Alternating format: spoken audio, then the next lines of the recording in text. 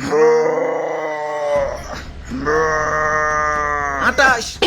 29, 30। হ্যাঁ হ্যাঁ হ্যাঁ, আরো আরো, তাড়াতাড়ি তাড়াতাড়ি। বুক ডাউনের পর আবার ডাম্বেল উঠাই তুই। হালাই আমি ওই গরমের ভিতরে জিম করাইতাছে, পুষ্টিকর খাবার দেওয়ার নাম নাই, প্রোটিন পাউডার খাওয়াইয়া খাওয়াইয়া কি কষ্টটাই না করাইতাছে।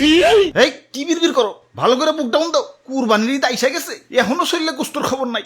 এই বডি নিয়ে হাটে গেলে কাস্টমাররা দাম কইবো। দাও দাও দাও, বুক ডাউন দাও। ওই গোস্ত পাইবা কই? সারা বছর খাওয়াইছো তো খালি শুকনা খের, খের খাইয়া পাইছা সেটাই তো বেশি।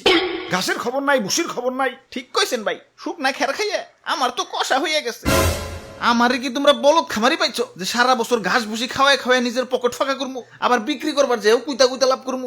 আমি না মানব সেবা না গরু সেবা করতে আহি নাই, লাভ করতে আইছি। না বেশি সময় নাই, এই যে নাও সারা বছর ঘাস ভুসির পাওয়ার, একবারে নাও। চিরে মশাই কামড়তেছে রে, বড় মশা। ভাই এটা মশা না, এটা হলো গরু মোটা বানানোর ইনজেকশন।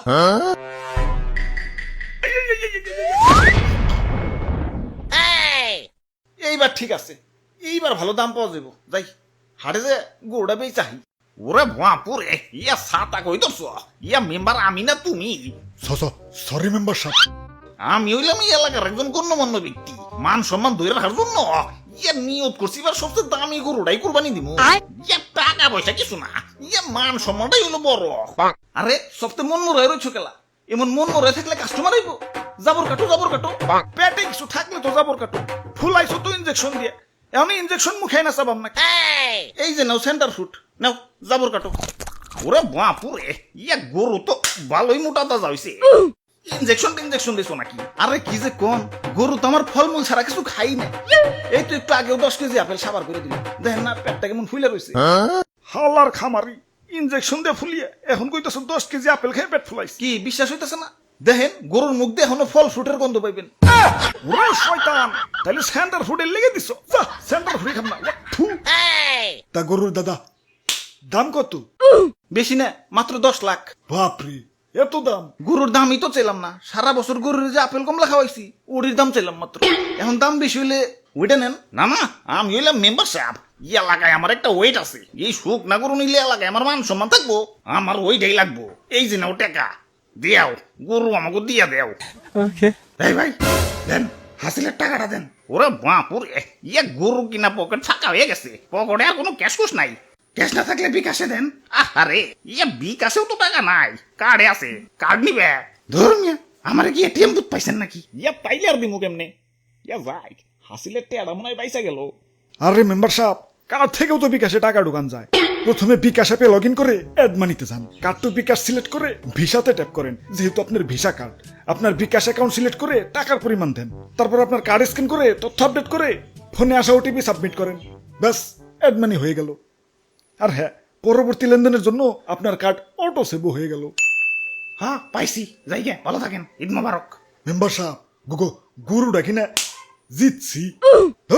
একে তো খামারির যন্ত্রণায় বাঁচি না, তার উপর কাস্টমার খালি পাছায় থাবুর মারে, পাছাটা আমার লাল হয়ে গেল। খালি একবার দূরে থেকে মুক্ত হই, সবটির খবর আছে আজকে। কিরে তোর পাছায় গোবর ভরানো কেন? আরে ভাই এটা সেলফ ডিফেন্স, কেউ পাছায় থাবুর দেওয়া তো দূরের কথা, পাছায় হাত দুলানোরও সাহস পাইব না।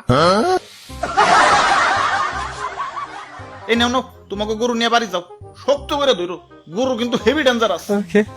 ওরে বাপুরে, ইয়া সাতা কই তো ইয়া মেম্বার আমি না তুমি? সরি মেম্বার সাহেব।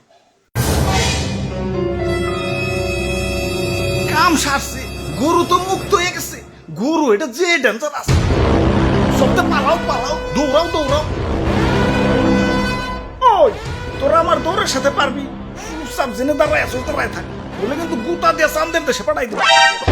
মেম্বার সাহেব নড়াচড়া করেন না, গরু কিন্তু খেপে গেছে। অনেকক্ষণ ধরে তো অত্যাচার সহ্য করতেছি। ওই তোরা গরু কিনতে আসছিস, গরু কিনবি, পাছায় থাবুর দেওয়ার কি আছে? আরে স্যার, পাছায় থাবুর না দিলে গরুর ভালো মন্দ বোঝা যায় নাকি? তোমরা যে কি পরিমাণ ভালো মন্দ বুঝো সেটা তো দেখলামই। ইনজেকশন দিয়ে গরু ফলাইছে আর তোমরা ধরতেই পারলাম না। আরে তুমি না কইলা ফল ফ্রুট খাওয়া ফলাইছো? মিছা কথা কয়, বিশ্বাস না হলে দেখে মুখে এখনো ফল ফ্রুটের গন্ধ আছে।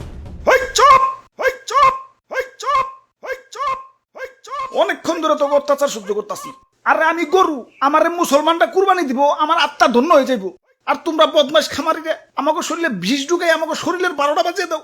আরে আমার মাংস খাওয়ার পর যে তোমাকে শরীরের একটা বাজবো সেদিকে খেয়াল আছে।